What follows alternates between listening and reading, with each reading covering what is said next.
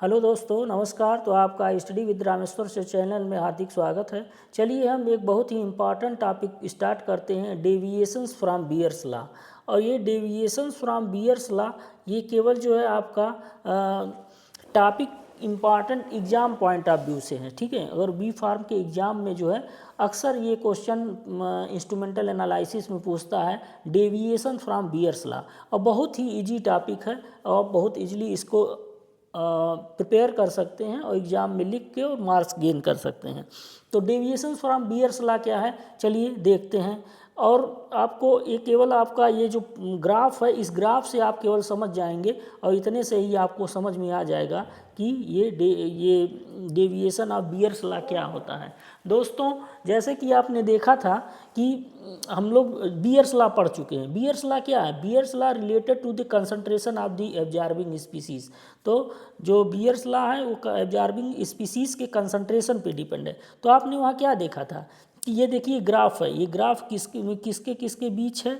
ये देखिए ग्राफ है आपका एब्जॉर्बेंस, ये देखिए ये आपका ग्राफ है। ये तो ये किसका है? एब्जॉर्बेंस देखिए लिखा हुआ, और ये आपका कंसंट्रेशन है।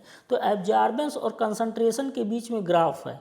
तो बीयर्स लॉ क्या कहता है कि Beer's according to Beer's law, as we increase the concentration of the medium the absorbance is also increases. तो जैसे जैसे जो है हम कंसंट्रेशन बढ़ाएंगे किसी भी एब्जॉर्बिंग स्पीसीज़ का, किसी भी मीडियम का, सोल्यूशन का, तो उसका एब्जॉर्बेंस भी बढ़ेगा। तो इसीलिए एक हमको क्या मिलता है? स्ट्रेट लाइन मिलता है। क्योंकि देखिए हम कंसंट्रेशन बढ़ा रहे हैं तो इसका एब्जॉर्बेंस भी बढ़ रहा है, तो इसलिए हमको क्या मिलता है? स्ट्रेट लाइन मिलता है, स्ट्रेट लाइन मिलता है।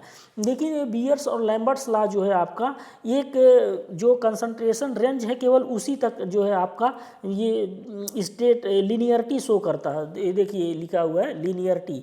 तो ये लीनियरिटी कब तक शो करेगा?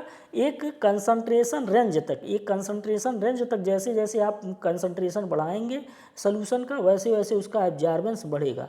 लेकिन उस बियॉन्ड दैट कंसंट्रेशन रेंज आप अगर जो फिर कंसंट्रेशन उसका बढ़ाएंगे तो जो है आपका वो लीनियरिटी नहीं शो करेगा। तो ये देखिए आपका ये डेविएशन शो कर रहा है। ये देखिए इधर जा रहा है तो, और फिर आपका इधर जा रहा है, और एक जो है आपका इधर जा रहा है। तो ये भी टू टाइप्स का होता है डेविएशन। डेविएशन टू टाइप्स का क्या है? एक तो है आपका पॉजिटिव डेविएशन और दूसरा है आपका निगेटिव डेविएशन। तो इस तरह से ये जो ग्राफ है इसी और यही चीज़ आपको एक्सप्लेन करनी है। मेरे ख्याल से आपके समझ में आ गया होगा। यही है डेविएशन ऑफ बीयर्स लॉ। और इजीली आप इसी को एक्सप्लेन करके और फुल मार्क्स जो है पा सकते हैं। और आए दिन ये टॉपिक जो है एग्जाम्स में पूछे जाते हैं। चलिए आपका ये थियरी पार्ट भी देख लेते हैं जिससे आपको कोई डाउट न रह जाए। चलिए, A system is said to be obey Beer's law when a plot of concentration versus absorbance gives a straight line। अगर स्ट्रेट लाइन देता है तो हम ये कह सकते हैं कि ये जो है आपका जो सिस्टम है वो बीयर्स लॉ को फॉलो कर रहा है, ठीक है। The straight line is obtained by using line of best fit or method of least square or by joining the maximum number of points in such a way that positive and negative errors are balanced or minimized। तो देखिए इसमें तो ये points है, ये देखिए ये points हैं, इस पॉइंट्स को मिलाया गया है। तो इसको इस तरह से मिलाते हैं, इसीलिए लाइन ऑफ बेस्ट फिट कहते हैं कि जिससे उन दोनों को बैलेंस करते हुए जो है एक लाइन खींची जाती है, ठीक है।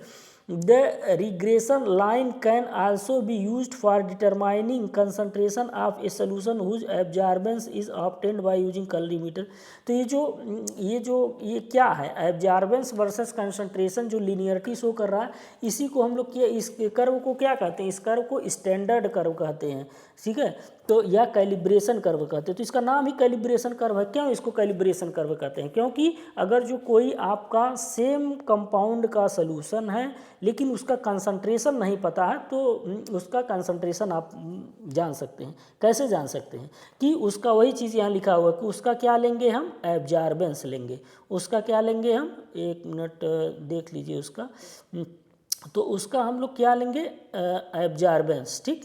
तो एब्जॉर्बेंस ले लेंगे। तो कोई मान लीजिए सेम लेकिन कंपाउंड सेम रहे, लेकिन उसका जो है अगर जो हमको कंसंट्रेशन नहीं पता है तो क्या करेंगे? एब्जॉर्बेंस ले लेंगे। तो एब्जॉर्बेंस को लेके आप इस एब्जॉर्बेंस जितना एब्जॉर्बेंस आएगा आप इस वाले लाइन पे जितना आएगा यहाँ से लेके इस पे आप मिला देंगे लीनियरिटी वाले कर्व पे, ठीक।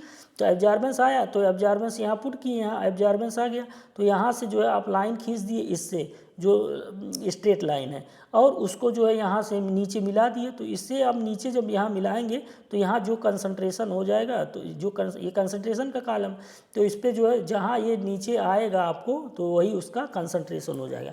तो इस तरह से इसका यूज करके जो है हम जो अननोन कंसंट्रेशन वाला सेम कंपाउंड का सोल्यूशन है तो उसका कंसंट्रेशन हम जान सकते हैं, ठीक है। व्हेन ए, और उसके बाद देखिए when a straight line is not obtained, line linear curve is obtained, a plot of concentration versus object, the system is said to undergo deviation from Beer's law। ये अगर जो स्ट्रेट लाइन नहीं आता तो आप ये कह सकते हैं कि ये सिस्टम जो है ये बियर्स लॉ को नहीं फॉलो कर रहा है। सच डेविएशन कैन बी पॉजिटिव और निगेटिव, तो यहाँ देख रहे हैं दिखाया गया पॉजिटिव निगेटिव डेविएशन। और पॉजिटिव डेविएशन क्या है? Positive deviation result when small changes in concentration producers greater changes in absorbance. अगर जो इस थोड़ा सा कंसंट्रेशन में अगर चेंजिंग करते हैं और उसके एब्जॉर्बेंस में ज़्यादा चेंजिंग आती है तो हम ये कह सकते हैं कि वो तो पॉजिटिव डेविएशन है। और देखिए negative deviation is results when a large change in concentration produces small change in absorbance। तो और निगेटिव डेविएशन क्या है? जब उसके कंसंट्रेशन में ज़्यादा चेंजिंग करते हैं और एब्जॉर्बेंस में थोड़ा चेंजिंग होता है तो उसको हम कहते हैं निगेटिव डेविएशन, ठीक है। और तो ये आपने जान लिया।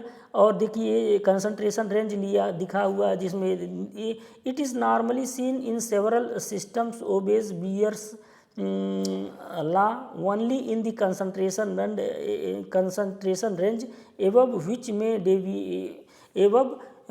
may show deviation। तो देखिए इस जो 10 to 50 माइक्रोग्राम पर ml है, इस कंसंट्रेशन रेंज तक जो है आपका जो सिस्टम है वो जो है आपका बियर्स लॉ को शो करेगा, मतलब लीनियरिटी शो करेगा।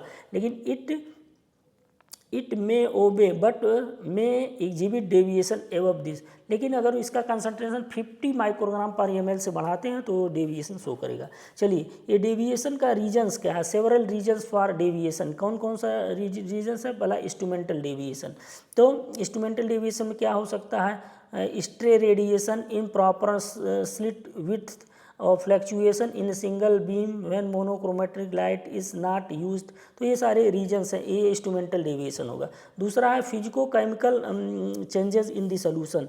तो अगर जो सोल्यूशन आप ले रहे हैं अगर उसमें कुछ फिजिको केमिकल चेंजेस हो गया तो जिसके कारण भी जो है आपका डेविएशन शो कर सकता है। तो ये आपका first point instrumental deviation instrument के कारण, दूसरा है फिजिको केमिकल चेंजेस जो सोल्यूशन में अगर कोई चेंजिंग हो गई उसके कारण है।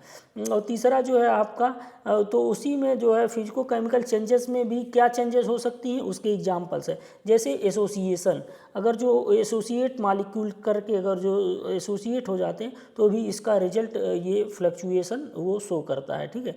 तो एसोसिएशन आपका हो गया। नेक्स्ट जो है आपका एसोसिएशन हो गया आपका। और उसके बाद जो है सेकंड आपका क्या है?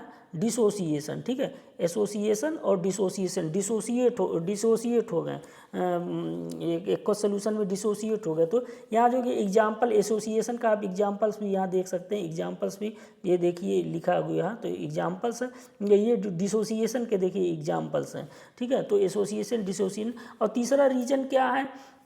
फिजिको केमिकल से इनकम्प्लीट रिएक्शन। तो जिसका आप वो ले रहे हैं एब्जॉर्बेंस ले रहे हैं सोल्यूशन का, अगर जो उसका टाइमिंग नहीं पूरा हुआ, कभी कभी हम सोल्यूशन में जो है वो उसको 10 मिनट्स वेट करना रहता है, कुछ मिनट्स वेट के बाद तब, तो अगर उसका जो सोल्यूशन है उसका अगर रिएक्शन कंप्लीट नहीं है तो क्या वो रिजल्ट सही देगा? नहीं देगा। तो ये सारे रीजन्स हैं डेविएशंस के कारण का, ठीक है। तो इसी के साथ मेरे ख्याल से आपको ये समझ में आ गया होगा डेविएशंस फ्रॉम बियर्स लॉ, ठीक है। और ये एग्ज़ाम पॉइंट ऑफ व्यू से इम्पॉर्टेंट है, तो ये आप इसको सही से आपको इसका रिवीजन करेंगे, ठीक है। Okay, thank you.